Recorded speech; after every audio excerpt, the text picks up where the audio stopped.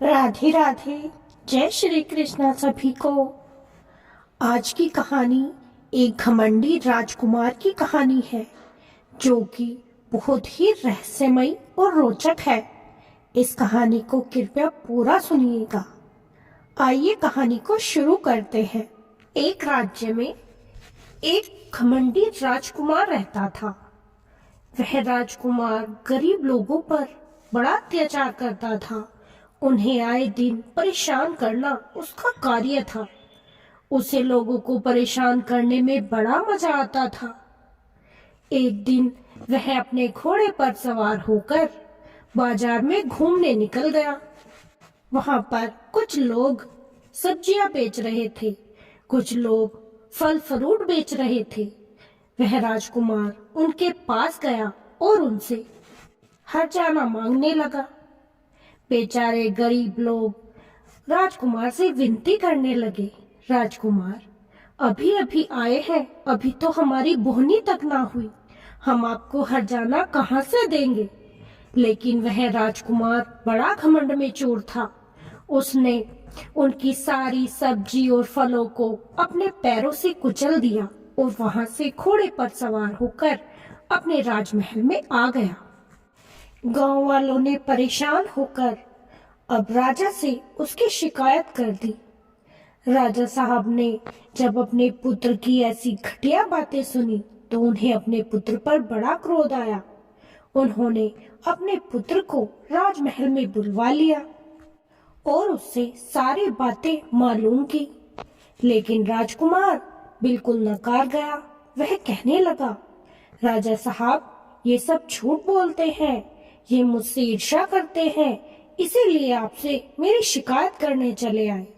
लेकिन राजा अपने बेटे की सारी करतूत जान चुका था, इसीलिए उसने उसे बहुत धमकाया और कहा, आज के बाद अगर तूने गरीबों को सताया तो मैं तुझे बाहर भेज दूंगा और कभी भी इस राज्य में वापस नहीं आने दूंगा।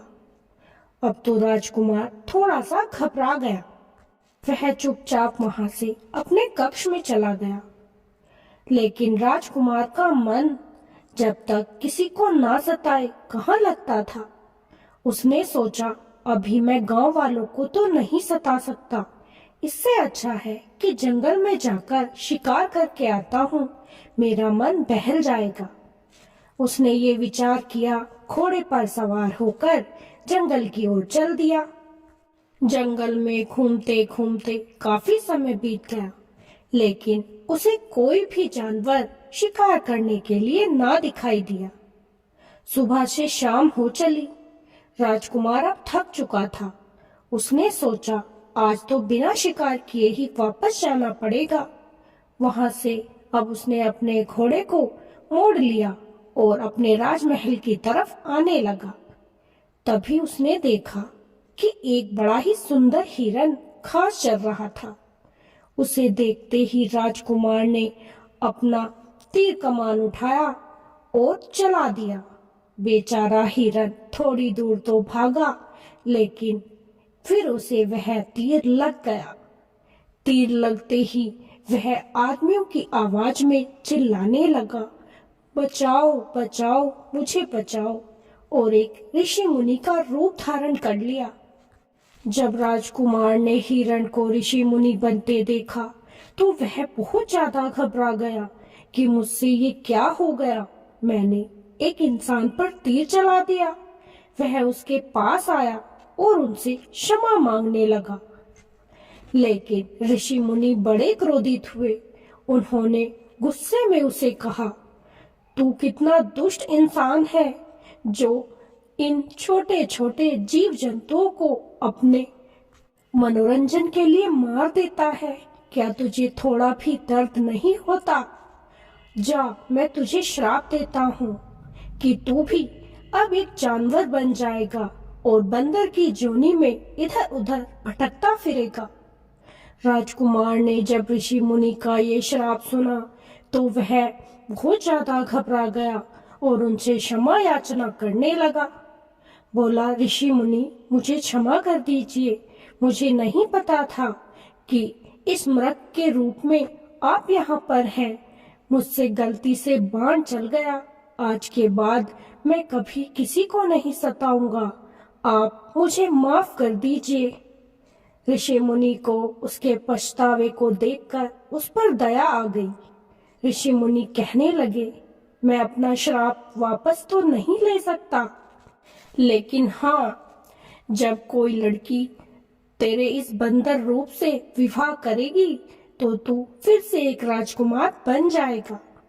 और इतना कहते ही ऋषि मुनि ने अपने प्राण त्याग दिए। देखते ही देखते वह राजकुमार एक बंदर बन गया और अपने आप को देखकर बड़ा दुखी हुआ। लेकिन अब उसके पास कोई चारा नहीं था। वह उदास मन से अपने राजमहल की ओर चल दिया। चलते चलते जब वह अपने राजमहल पहुंचा तो वहां के जो गेट पर पहरा देने वाले पहरेदारों ने उस बंदर को देखा तो उसे भगाने लगे। बंदर बोला, मैं यहाँ का राजकुमार हूँ, मुझे अंदर आने दो। लेकिन पहरेदार उसे ना पहचान सके और उन्होंने डंडे से उसे वहां से भगा दिया। राजकुमार रोता रोता एक पेड़ के पास बैठ गया। थक भी बहुत चुका था और भूख भी बहुत सता रही थी। थोड़ी देर वहां पर विश्राम किया और फिर दूसरे राज्य की ओर चल दिया। चलते चलते एक जंगल में पहुंच गया, जहां पर एक किसान अपने खेत में काम कर रहा था और उसकी रोटी पेड़ के नीचे रखी हुई थी। बंदर ने जब पेड़ के नीचे भोजन को देखा तो उसे भूख के मारे अब बिल्कुल न रहा गया। वह उन रोटियों को जैसे ही उठाने वाला था कि वह किसान वहां पर डंडा लेकर आ गया और उस बंदर के पीछे भागने लगा। उसने बंदर को बहुत मारा। बंदर किसी तरीके से अपनी जान बचाकर एक पेड़ पर जाकर बैठ गया और जोर जोर से रोने लगा। हे भगवान, इन जानवरों की जिंदगी कितनी बदतर होती है। मुझे पहले जैसा ही कर दो। मैं इस रूप में कैसे रह पाऊंगा? कब से भूखा प्यासा घूम रहा हूँ, लेकिन एक अन्न का दाना भी खाने को नहीं नसीब हुआ। वो ये सारी बातें उस पेड़ पर बैठा सोच ही रहा था कि तभी उसकी नजर एक बड़ी ही सुंदर राजकुमारी पर पड़ी। वह अपने हाथ में भोजन का थाल लिए जंगल की ओर जा रही थी।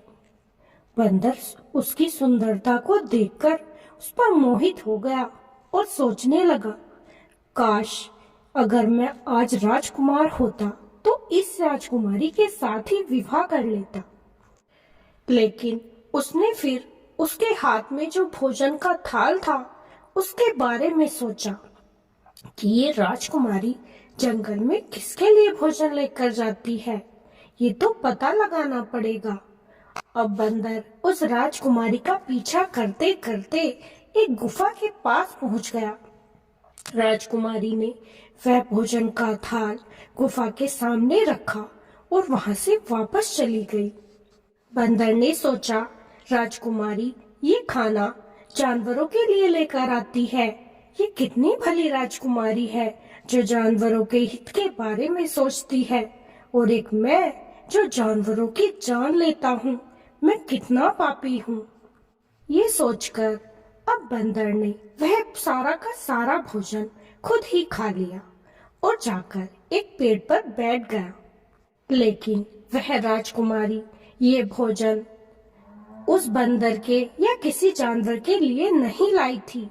वह भोजन रोज एक चुड़ैल के लिए रखकर जाती थी, जिस चुड़ैल ने राजकुमारी को डरा रखा था कि अगर तू मेरे लिए रोज भोजन नहीं लाएगी तो मैं तुझे खा जाऊंगी। लेकिन आज तो उस चुड़ैल का भोजन उस बंदर ने खा लिया था। अब जब चुड़ैल बाहर आई तो उसने भोजन वहां पर नहीं देखा। वह गुस्से में तिलमिला उठी और कहने लगी, अच्छा आज तू मेरे लिए भोजन नहीं लाई, आज देख मैं तुझे ही खा जाऊंगी।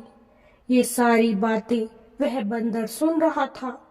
उसे ये जानकर बड़ा दुख हुआ कि ये चुड़ैल तो अब उस राजकुमारी को जिंदा नहीं छोड़ेगी और उसे मारकर खा जाएगी। मैंने धोखे से उसका सारा भोजन खा लिया, अब क्या होगा मेरे परमात्मा। कुछ ही देर में वह चुड़ैल वहां से गायब हो गई और थोड़ी ही देर बाद वह राजकुमारी को बंदी बनाकर अपने साथ ले आई। बंदर उस राजकुमारी को बंदी देखकर बड़ा दुखी हुआ। देखते ही देखते वह चुड़ैल राजकुमारी को गुफा के अंदर ले गई। बंदर भी उसके पीछे पीछे उस गुफा में चला गया। अब तो चुड़ैल ने राजकुमारी को एक पिंजरे में कैद कर दिया। तब वह राजकुमारी कहने लगी, मुझे मत मारो, मैंने तुम्हारे साथ कुछ भी गलत नहीं किया है।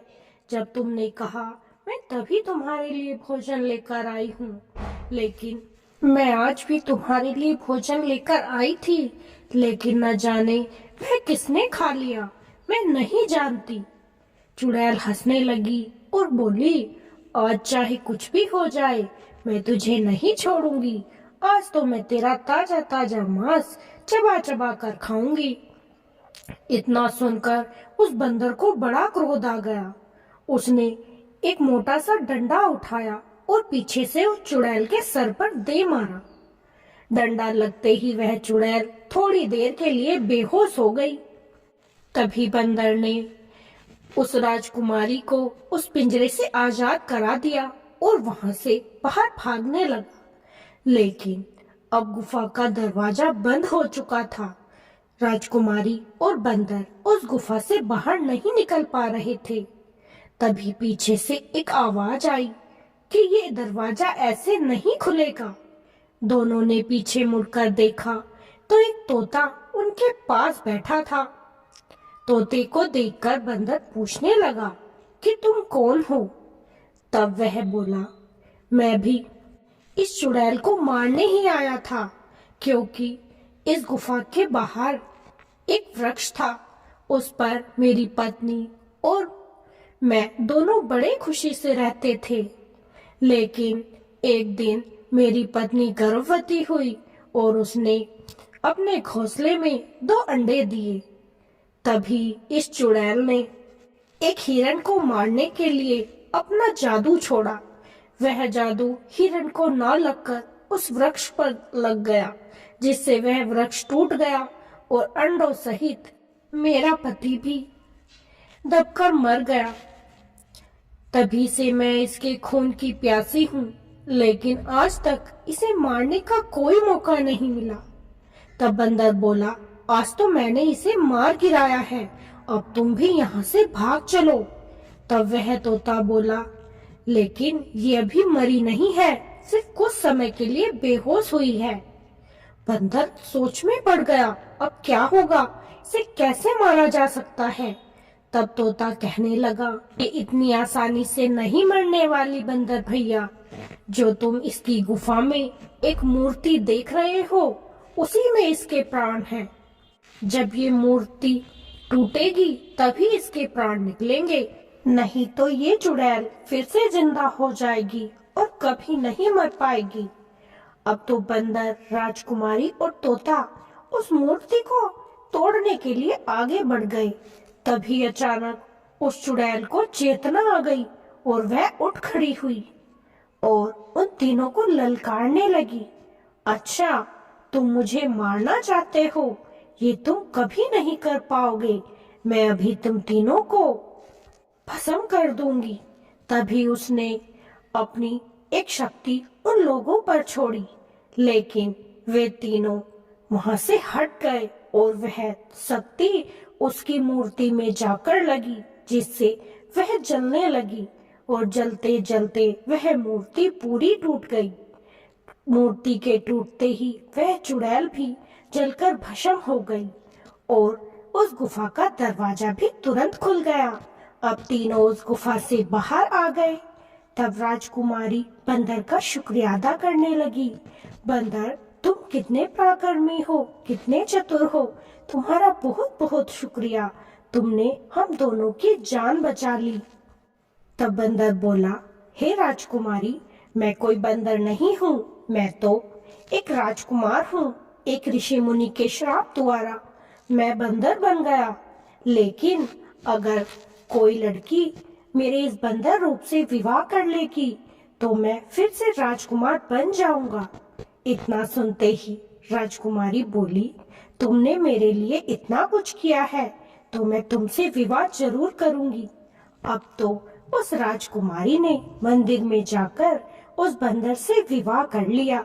विवाह करते ही वह बंदर एक सुंदर राजकुमार में बदल गया। दोनों खुशी खुशी अब राजकुमार के राज्य को चले गए और उसके बाद राजकुमार ने कभी भी किसी पर कोई अन्याय नहीं किया। वह एक अच्छा राजकुमार बन गया। तो आपको ये कहानी कैसी लगी कमेंट में जरूर बताइएगा। अगर अच्छी लगी हो तो हमारी वीडियो को लाइक और चैनल को सब्सक्राइब जरूर कीजिएगा। फिर मिलेंगे। राधे राधे। जय श्री कृष्ण सभी को।